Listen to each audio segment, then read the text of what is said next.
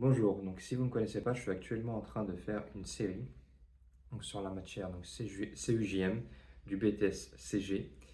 Et dans cette vidéo, donc thème de droit, on va aborder donc l'essentiel des éléments à connaître en 5 minutes afin de vous faire gagner des points pour votre examen. Donc, dans cette vidéo, on va aborder donc la vidéo selon 4 points. Donc le premier, donc comment le droit va en fait réguler donc les activités économiques. Le second, quels sont les éventuels abus qu'on peut trouver et comment le droit va lutter contre ces abus-là. Troisièmement, quels sont les acteurs qui garantissent que le droit de la concurrence est bien respecté. Et ensuite, on va voir donc, comment les entreprises euh, protègent leur création. Donc au niveau national, donc, on va trouver donc, un décret et une loi. Donc le décret, donc, ça va être le décret Allard de 1791. Donc son but est de mettre fin à l'hégémonie de certaines corporations donc présentes dans certaines villes et donc de faciliter le libre-échange. Donc, ensuite, on va retrouver donc, la loi Chapelier donc, de juin 1791 qui va venir en fait empêcher les regroupements sous forme d'organisation comme le rassemblement d'ouvriers, de paysans ou de compagnonnage.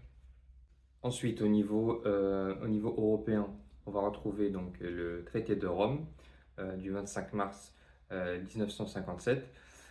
Donc son but va être d'éliminer les barrières douanières et de permettre donc, et de faciliter le libre échange euh, au sein de l'Union européenne. Donc, concernant les limites du droit du commerce et de l'industrie, donc le droit va venir lutter contre certains abus, comme on l'a dit. Donc ces abus-là vont être sous deux formes, principalement. Donc, on va citer donc, les pratiques anticoncurrentielles et la concurrence déloyale. Donc, dans les pratiques anticoncurrentielles, on va retrouver par exemple les ententes. Les ententes, qu'est-ce que c'est? Donc, c'est une coopération de plusieurs entreprises qui vont s'allier afin d'éviter que de nouveaux entrants donc, viennent sur le marché. Donc, par exemple, donc, Bouygues, Orange et Free, donc, qui vont s'unir donc, pour fixer un prix unique bas, par exemple, pour éviter que que de nouveaux opérateurs viennent sur le marché et grignoter leur part de marché, et grignoter leur part. Une autre chose, donc par exemple l'abus de position dominante. Donc, c'est-à-dire qu'une entreprise elle va profiter de sa situation de monopole pour dicter la loi du marché.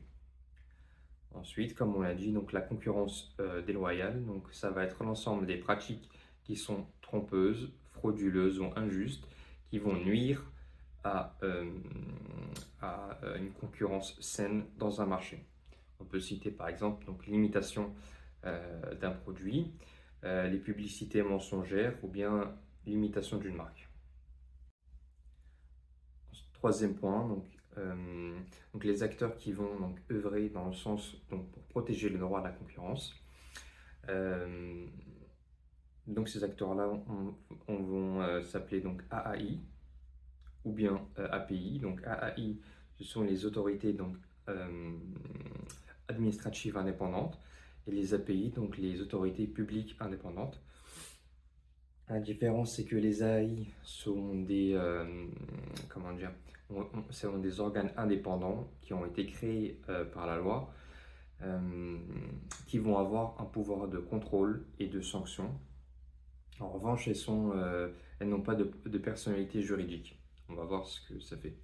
Donc les API, elles, ça va être la même chose que les AI, donc ça va être aussi des organes indépendants créés par la loi, etc., mais qui vont avoir une personnalité juridique, ce qui va leur permettre d'avoir une certaine autonomie au niveau budgétaire, au niveau juridique.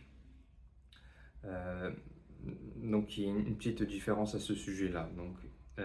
Mais donc les deux ont globalement le même rôle. Il y a une petite différence, comme on a vu. Euh, pour ce qui est des AI, on peut citer par exemple le CNIL, qui va œuvrer pour la protection de données informatiques, l'ARCOM, qui est donc un régulateur de la communication audiovisuelle. Pour ce qui est des API, on peut trouver donc, par exemple l'AMF, donc l'autorité des marchés financiers, et ou bien l'ANJ, donc l'autorité nationale des jeux. Donc, enfin, le dernier point qu'on va aborder, donc, c'est comment les entreprises peuvent protéger donc, leur création. Donc, il va y avoir essentiellement donc, deux points, donc, soit via les brevets, soit via la marque. Donc, la différence, donc, pour les brevets. Donc, les brevets, donc, il y a une exploitation maximale sur le territoire qui est de 20 ans, qui n'est pas renouvelable. Donc, une fois qu'elle est dépassée, elle tombe dans le domaine public, etc. Les conditions de brevetabilité, donc c'est avoir une solution technique à un problème technique. Elle doit être nouvelle et elle doit être aussi susceptible d'application industrielle. Les marques, donc on va définir ce qu'est une marque. Donc la marque, on va dire qu'elle permet de distinguer ses produits des produits similaires qui sont distribués par la concurrence. Une marque peut être un signal sonore, un signe graphique. Et donc pour une marque, c'est donc maximum 10 ans de dépôt, mais qui est renouvelable. Et on va dire que les brevets et les marques vont protéger ce qu'on appelle la propriété intellectuelle. Donc voilà, c'était tout pour donc, ce thème de droit. J'espère que ce contenu-là vous a plu. Donc là, j'essaie de faire quelque chose qui était différent de, on va dire, au niveau du format de ce que je faisais avant. Donc faites-le moi savoir si ce genre de format vous convient le mieux par rapport comment dire, au format que j'ai l'habitude de faire que vous trouverez en haut, qui sont un peu plus longs mais un peu plus complets. Donc ce serait cool d'avoir votre retour de votre part. Et donc je vous dis donc pour la prochaine, donc pour une vidéo sur donc, le thème de économie. Et ensuite donc on clôturera ce thème 2, donc CUJM. Et donc comme d'habitude, vous trouverez aussi donc juste en dessous un PDF résumé.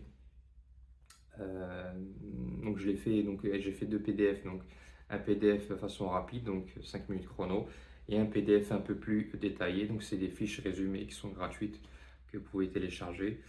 Et puis voilà, ce sera tout, donc je vous dis à la prochaine, prenez soin de vous.